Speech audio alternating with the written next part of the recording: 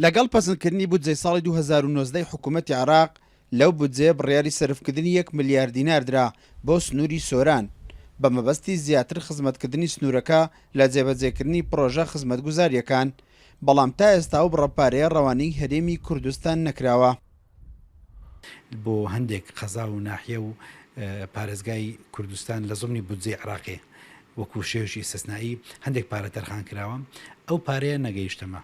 ئەو ساڵ لەگەر جێبەجێ نەکراوە بەهۆی ئەو بڕە مشکلەی کە لە بینی بەغدا و حکوومەتی هەرێم هێشتا لەسەر مەسەلەی بودجە تەواو نەبووە. ئەوەی معلوماتمان هەبێ لە ئەندام پەرلەمانەکان بە دوواداچوونمان بۆ کردووە. تەنها ئەو پارەیە دێ کە مووسەیە کە تەواوکەری مووسەی حکوومەتی هەرێمی کوردستانە. باقی دیکە ئەو بڕەپارەی کە ملیارێک بۆ سۆران تەرخان کرابوو، بۆ هەندێک شوێن کە هەندێک پارە تەرخان کرابوو.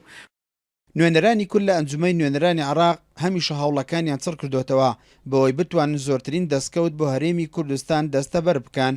لە پێش هەمووشیان زامنکردنی مافە دەستووریەکانە لە بودجە و موچەی خەڵکی کوردستان.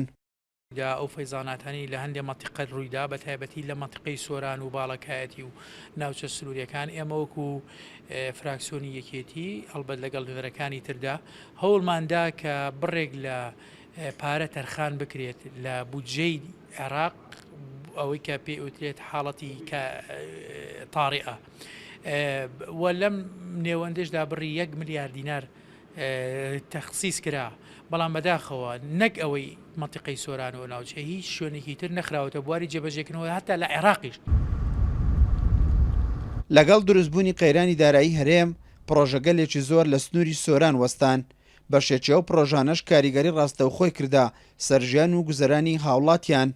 لە کاتێکدا سۆران هەمیشە لە فراوانبوونی بەردەوامدایە، زۆرترین داواکاری هاوڵاتیانیش جێبەجێکردنی پرۆژە خزمەتگوزاریە سەرەتاییەکانە لە ڕێگاوبان و ئاوڕۆ و کارەبا، هاوکات خزمەتکردنی بوارەکانی پەروەردە و تەندروستی و کشتوکاڵ و بوژانەوەی کەرتی ئابووریە لە هەرێمی کوردستان.